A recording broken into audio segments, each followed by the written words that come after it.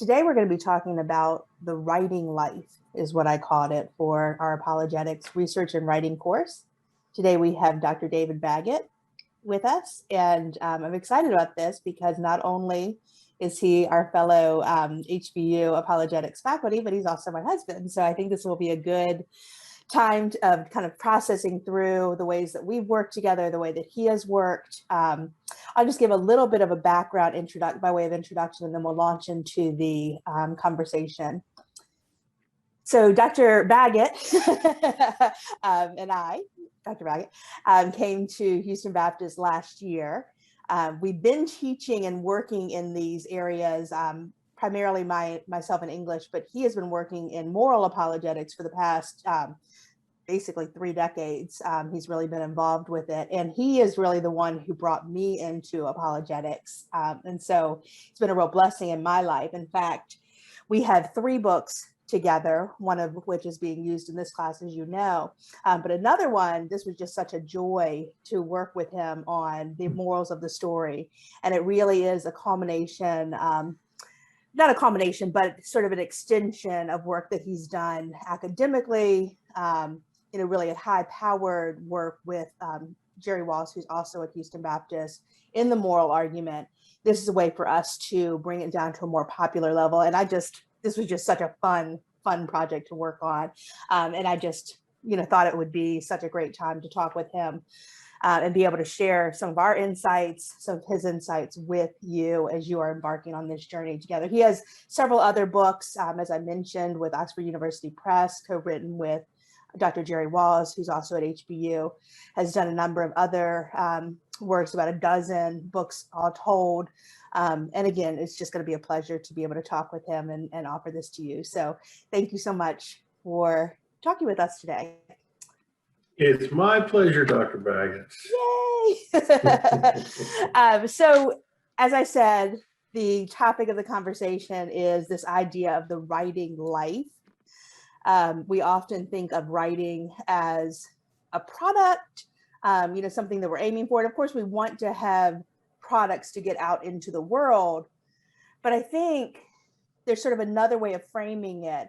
And out of our conversations that we've had over the years, I just have thought about this idea of a writing life and what does that look like? And so, yeah, let's kind of launch in and think about that.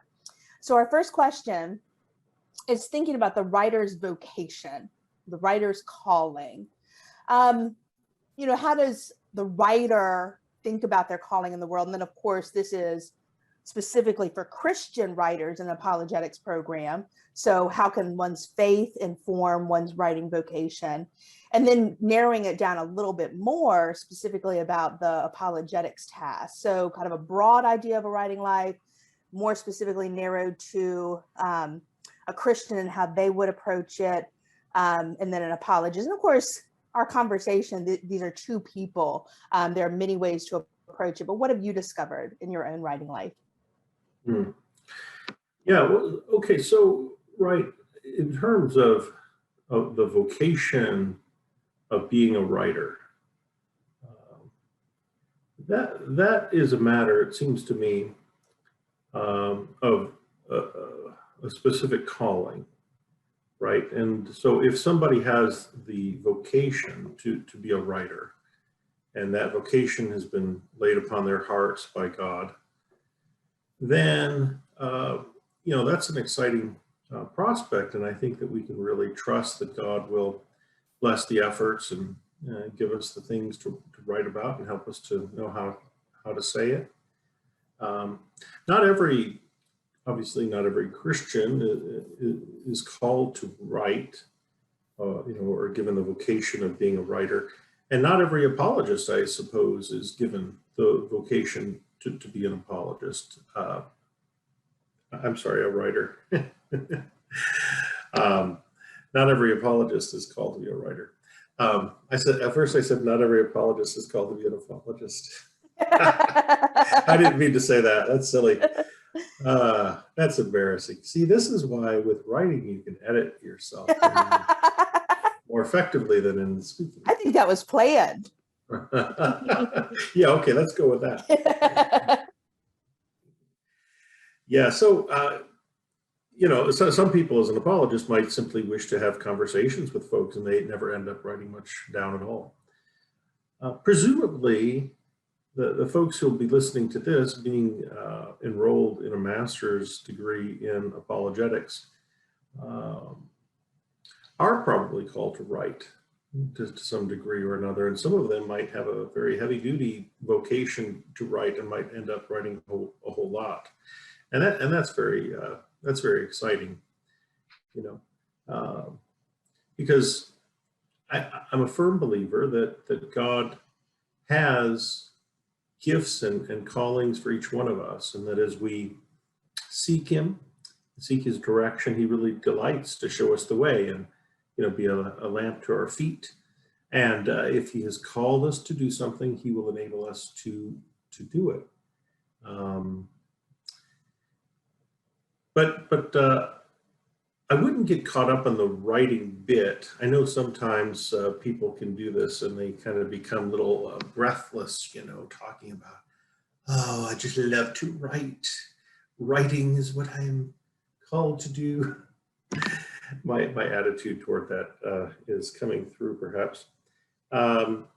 It seems to me that we need to keep the focus where it needs to be, especially as Christians and as apologists. The point and purpose of the writing is not to showcase your gifts or show to the world just how talented you are,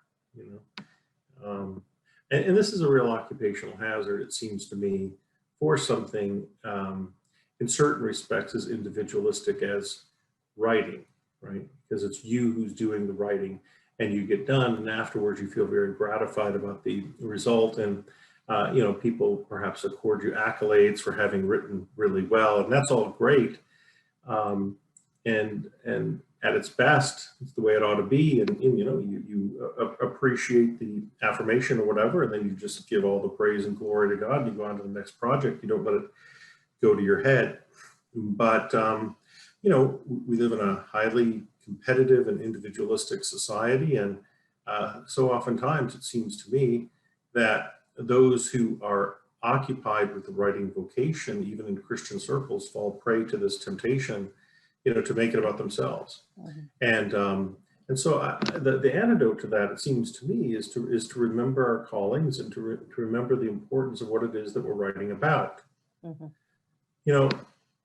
In all honesty, I mean, I know this might initially sound odd, but I think it would be better to write a good argument poorly than a bad argument well, right?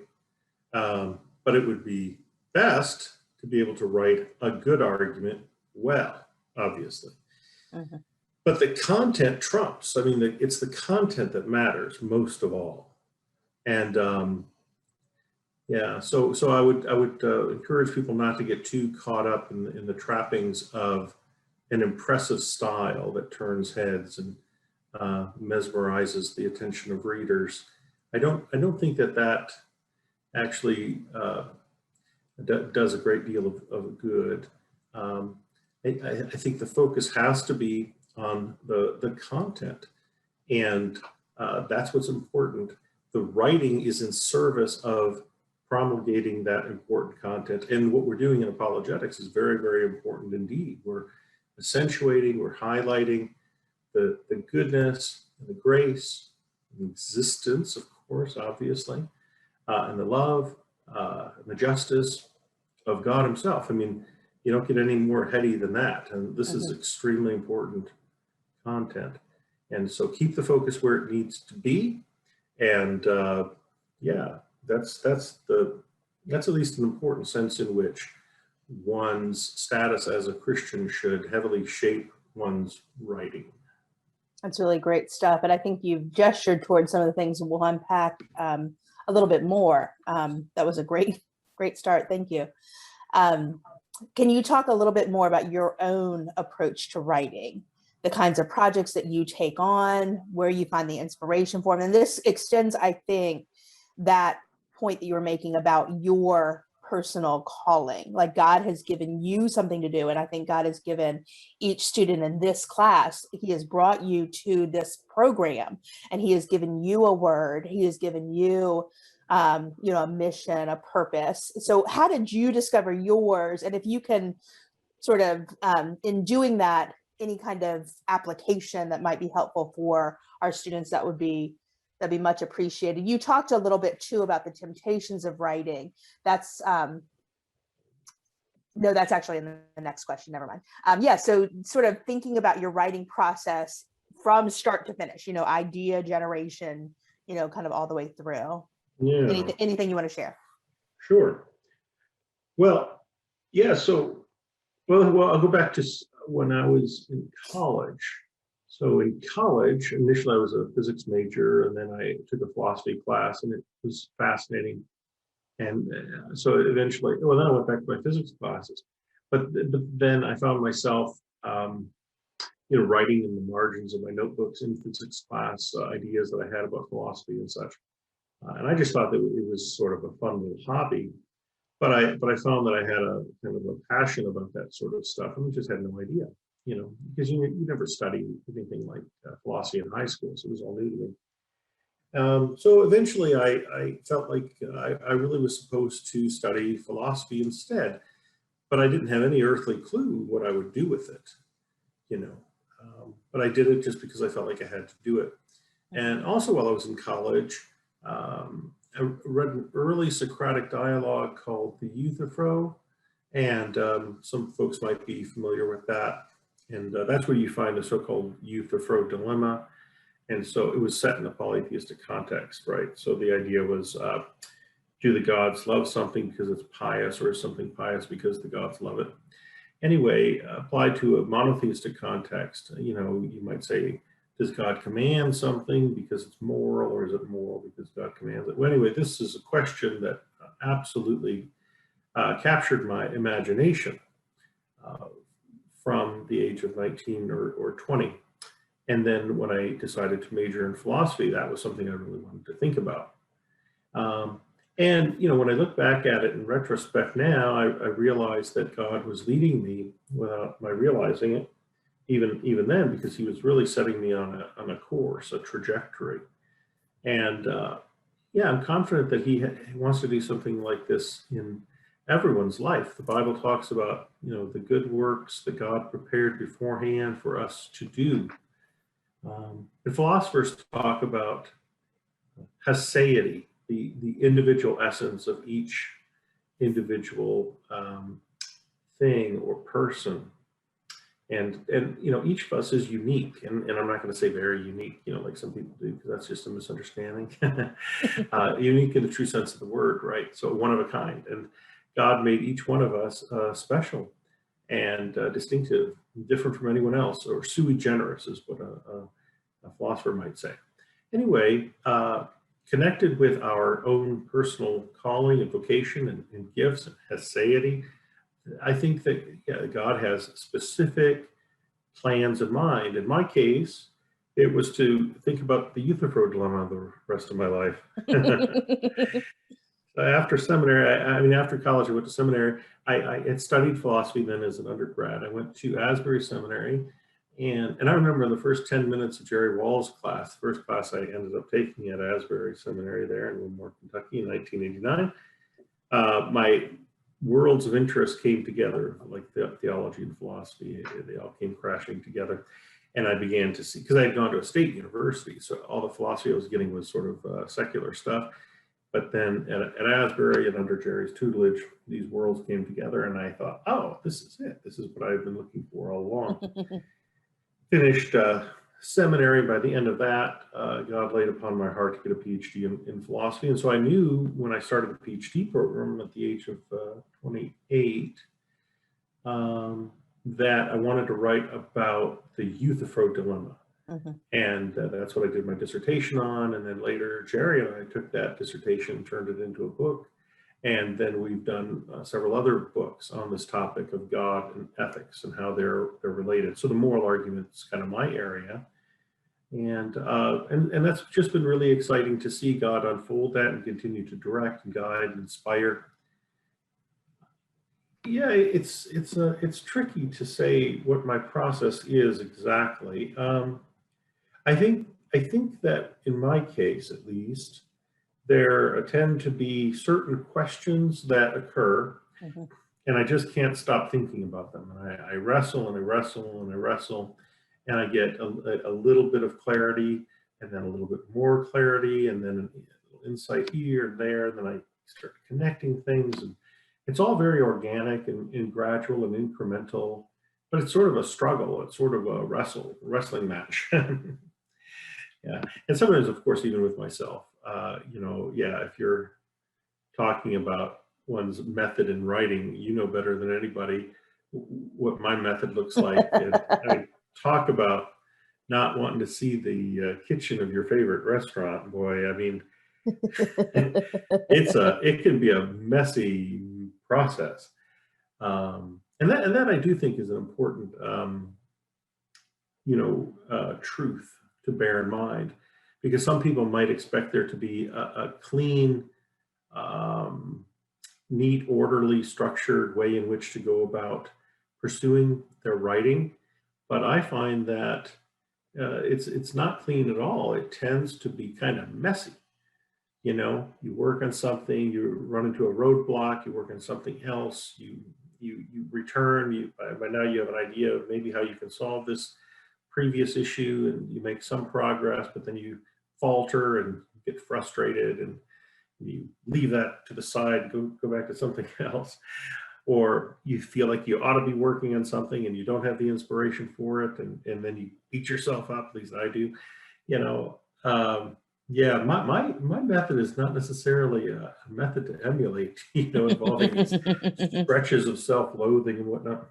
I'm exaggerating only a little, because it is a messy process. And I say it because I feel like it's important for folks starting out to know this, that if it becomes messy for you, that's not evidence that you should quit.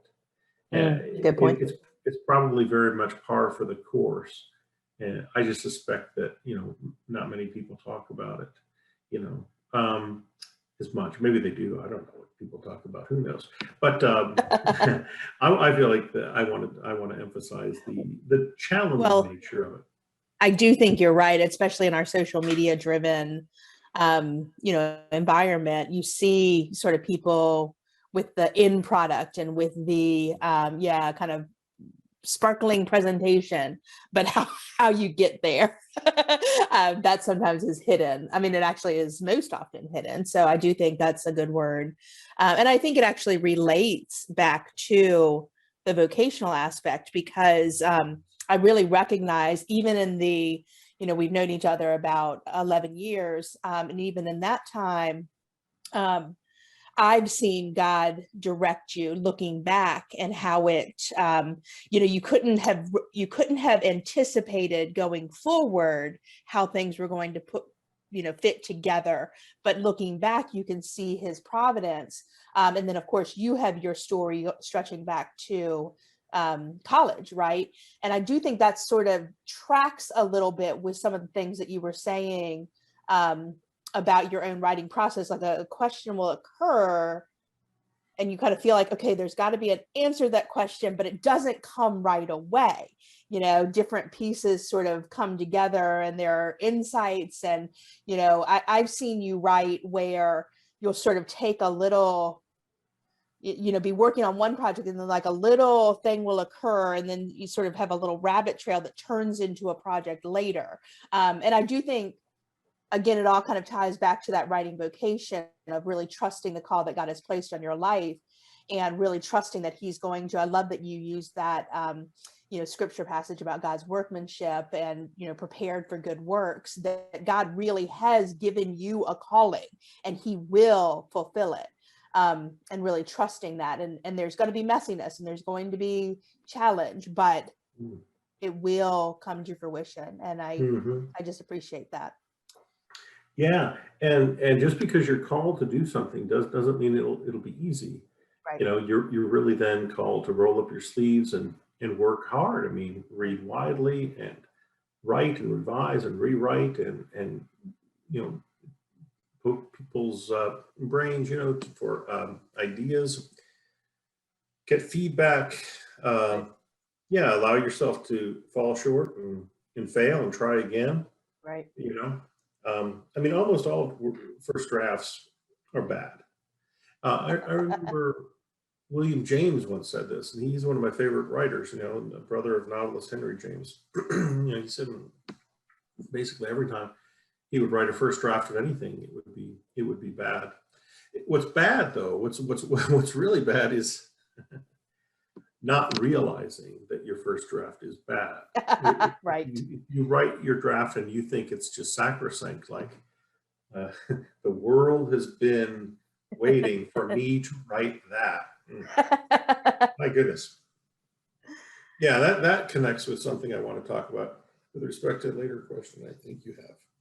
So, yeah, the next question is about the challenges in undertaking this work. I feel like you've kind of covered some of that ground, but if there's anything new to talk about, please share. And then, of course, the temptations, and I think you gestured toward that already in the first answer. Again, anything else you want to share there, right? Yeah, please. Yeah, that's right. Yeah, so the challenge that I want to first talk about, and then I'll talk about a major temptation. The challenge that I think a number of people face when they start to think about writing is their perception of the grandiose nature of the ambition. Like I'm gonna write. That sounds great, but then you think, boy, well, what do I have to say that's anything new or original or creative? And that can be debilitating. And so I would like to point out to folks that it would be wise not to allow yourself to get too caught up in that particular trap. And I think you only get caught up in that particular trap, by the way, if you disregard the earlier advice not to make it about you.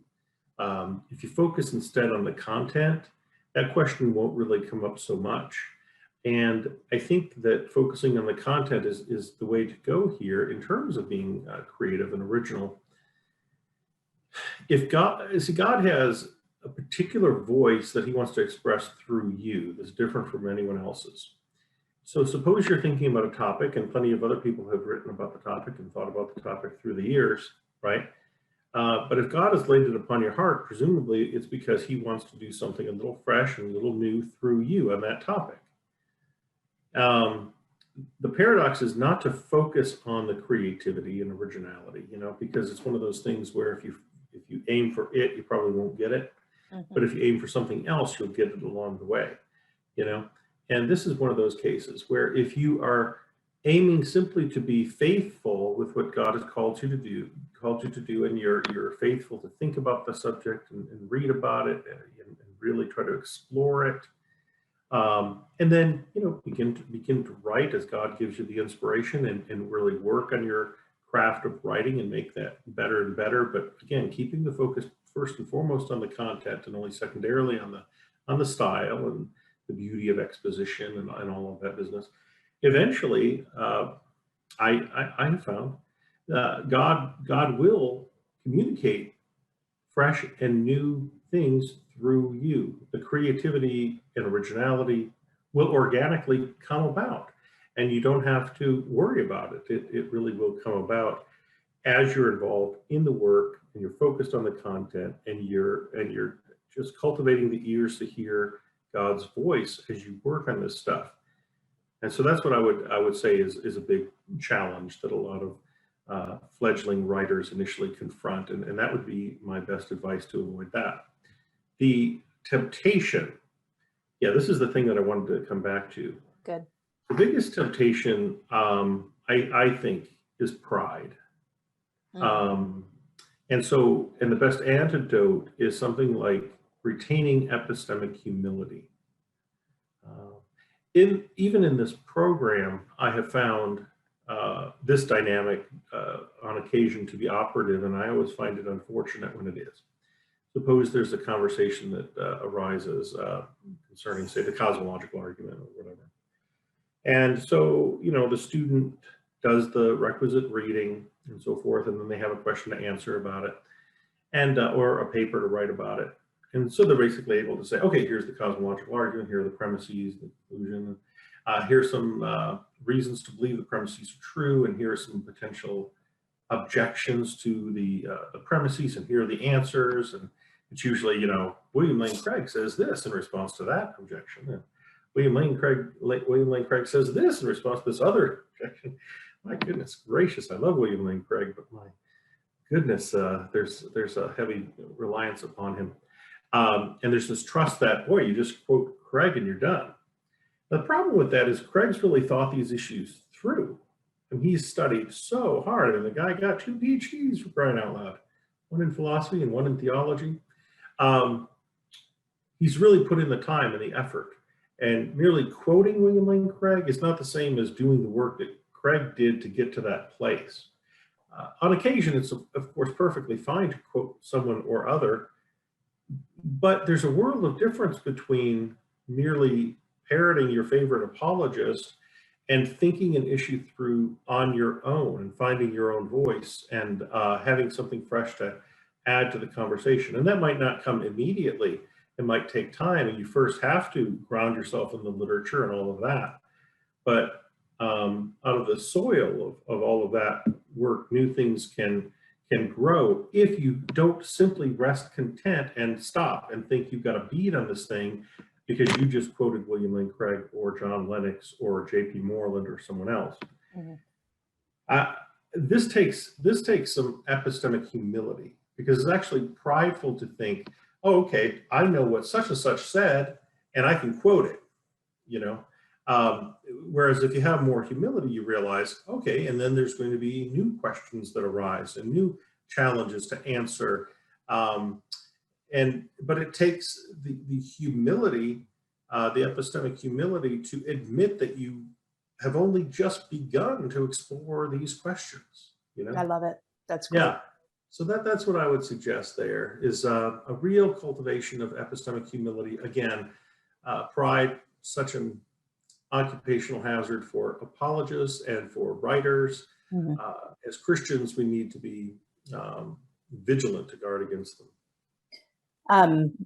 That's a really nice setup for my next question, but I want to just mention here, because the students will have watched last week's, or maybe it's a later one, I can't remember, with Mary Jo Sharp, Professor Sharp. What you just talked about dovetails very nicely with what she says about the ongoing nature of apologetics, that it's not a static field, that it's not, here are the answers and we're done.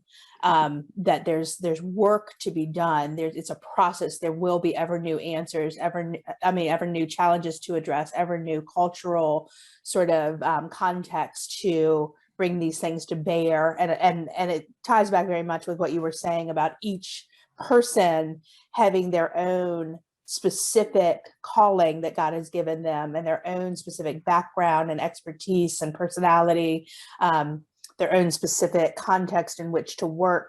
So I love this. It fits very well with the other things that we've been talking about in this class, or will be talking about. So thank you. But again, it's a very nice setup for the next question too, because I wanted to know what you thought about spiritual disciplines. We don't often think about kind of the apologist spiritual formation, but it seems to me, especially a lot of the things that you've been saying, kind of crucial, that we ourselves are in process, that God is doing something in our lives. So do you see a connection with spiritual disciplines preparing or sustaining you for the work of this ministry, for apologetics or writing? How does that relate? Yeah. Well, absolutely. I mean, first and foremost, we're Christians and believers, and as followers of Christ, we've got to take seriously the cultivation of our, walk with God, and be growing in ever increasing conformity to His image and likeness. If we don't take that seriously, and we fall into the trap of thinking of apologetics primarily merely as an intellectual exercise, like how clever I can be in overcoming arguments or something like that. Yeah, it's a really dicey path. And we've really got to take seriously scripture reading and prayer and fellowship with other believers, all of the various spiritual disciplines. our job is not, of course, merely to win arguments. You know, Mhm. this almost sounds like a cliche, but I mean, I think it bears emphasis whenever we can. Uh, our job as Christian apologists, first and foremost, primarily, is to win people. And the way in which you do that is to be uh, kind and loving, and you engage in bridge building exercise, and you engage in conversation. You don't simply demonstrate disdain, you know, for their bad ideas.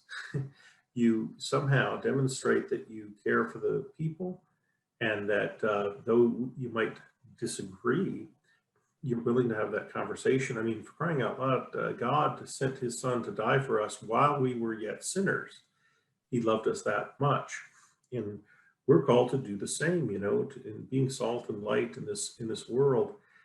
We have to love people. Now, here's the thing.